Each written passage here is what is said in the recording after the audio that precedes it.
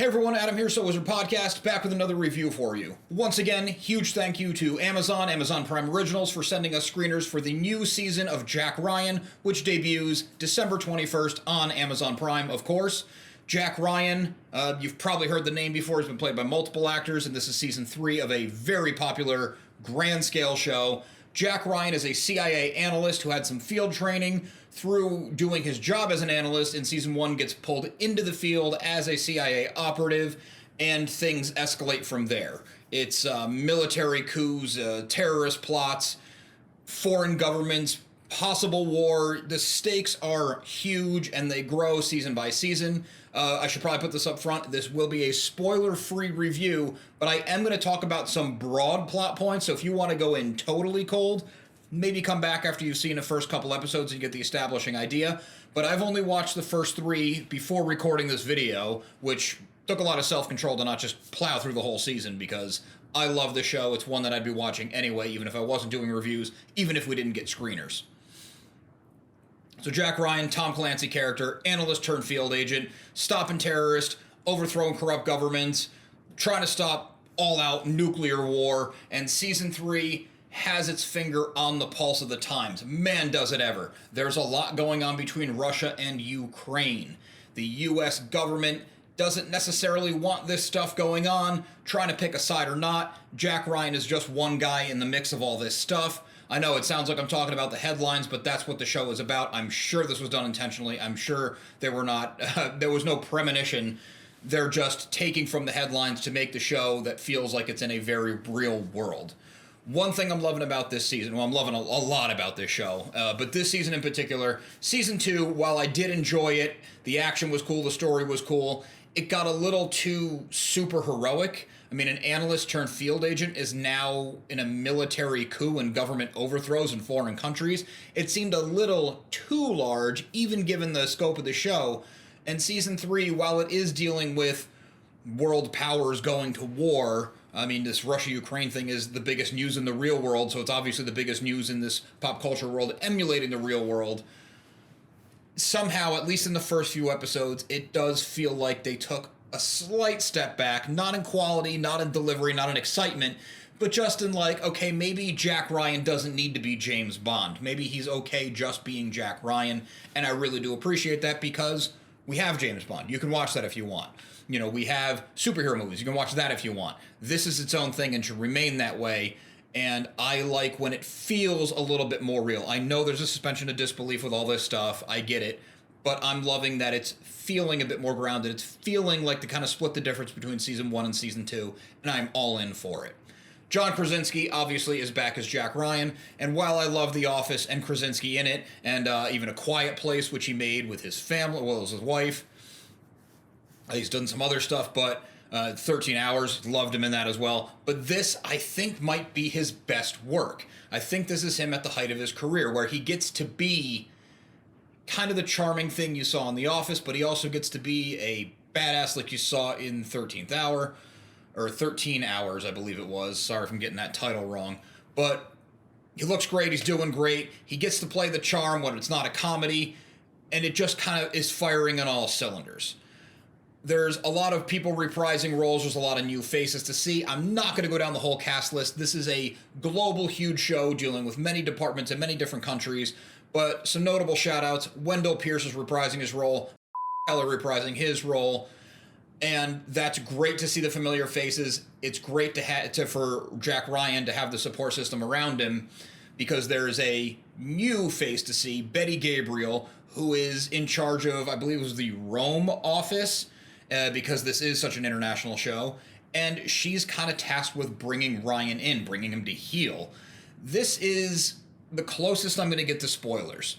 This is a plot point we have seen in many operator, spy, espionage, military, name the genre. If it's supposed to be semi-realistic, I guess even if it's not, but it's based on roles, jobs that are semi-realistic, we see the hero who has to play kind of the part of the villain. I mean, Jack Ryan's not pretending he's a terrorist. He's not blowing up a bus full of kids for the greater good. But he's done some stuff that puts him at odds with the U.S. government, and he's sort of on the run. When they were going down that path, at first I was a little oh, a little tightening in the chest. They kind of like, what are they doing? We've seen this. We don't need that. Like, Tom Clancy can do better, but they are doing better. What I'm liking about this is, yes, it's kind of a trope we've seen before, but it's not like Wendell Pierce's character. I'm blanking on the character's name, sorry. But it's not like Jack Ryan's friends who actually know him are, I can't believe he'd do this. Well, I guess he's a bad guy now. We got to bring him in. It's not so black and white. They know he has to do things. He knows he has to do some things. He knows everything he's doing is not the exact right thing according to the book, but of course it's for the greater good. Jack Ryan is not turning on the CIA. He's not turning on America. That would make for a horrible show in this genre. So the fact that they are acknowledging it and on their side, and even Pierce's character going on with Betty Gabriel's character, I really should have written down the character names. Even the suits going after him and his friends being on that side, they're not betraying the suits, but they're also not betraying their friend. And I like this dance, and it also builds kind of a better house of cards where one of these things could topple the whole thing, and it's a little bit more exciting than good guy turned bad, only the audience knows he's not actually bad, the good guys have to go after him, but the good guys now become the bad guys, and it's this whole thing, and in the end it's all cleared up. I'm sure in the end it's all going to be cleared up. This is not really breaking new ground, it's just kind of taking a somewhat familiar path and polishing it and fine-tuning it, making that path a bit smoother, and I'm loving that. Aside from the acting and the cool story and the fact that Tom Clancy is like pedigree in writing, I love the scale of this show. This is only season 3, even though the show started in 2018. Probably COVID related. I didn't dive that far in. It's just a safe assumption at this point. It's a show that goes all over the world. Even if they're not filming all these things on location, you at least get really solid establishing shots, and then the shots of the characters in these locations. If they didn't film on location, they are tricking everybody, including people like me who love seeing the inside of things. I love watching behind the scenes footage. I love seeing how stuff is made. If you're watching reviews online, you know how the sausage is made. So the fact that they can still pull the wool over your eyes convincingly enough, if they're not actually on location, they might as well be, because they're doing a great job. Not only are they going around the world and showing you the world, which I really appreciate in the age of huge high-def TVs being available for pretty much everybody, it's shot very cinematically. Every episode feels like its own individual movie. There's not a lot of fat to trim on these episodes, and they still run 45 minutes to an hour for the whole season, which is fantastic. And it never feels like they spent all the budget in episode 2, so by the time you get to episode 4, it's a bunch of people in phone booths or cars having conversations. It's a big scale, big feeling show that takes advantage of modern technology, both in big screen TVs and surround sound. One small reason why I stopped watching the screeners is because I have to watch the screeners on my laptop or AirPlay them to my TV, where the quality is what you get. It's not bad. I hugely appreciated that we get them, but I'd rather wait for the episodes to be out in 4K, full surround sound, and really go for it for a show like this. It's fantastic. I really didn't bury the lead on this one. I'm gushing about it, and it's not just because we got screeners. I watched season 1. I watched season 2. I was looking forward to this. I like Tom Clancy. I like Jack Ryan. I like John Krasinski. I like espionage. I like CIA movies, shows. It's everything I like, balled into one. If you have not been on with Jack Ryan, get on it. Season 3 debuts December 21st. Probably not going to catch up in 2 days, but it's well worth starting at the beginning and going all the way through. We got the holidays. Hopefully you have some time off coming up. Get away from family and friends for a little bit. Recharge your batteries by watching Jack Ryan, because it's amazing. Thanks for watching. Please make sure you like and subscribe. We got a lot more of these kind of things coming your way. Series reviews, movie reviews, coverage, recommendations. You're not going to want to miss out, so like, subscribe, bell, all the things, get the notifications so you can see when we put up content.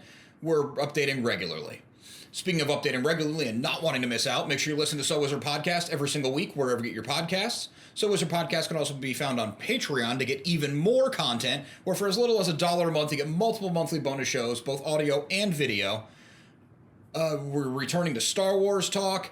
Joey's always has a Just Joey. The main So Wizard crew is always reviewing something that doesn't get reviewed on the main show. A lot of cool stuff to cover.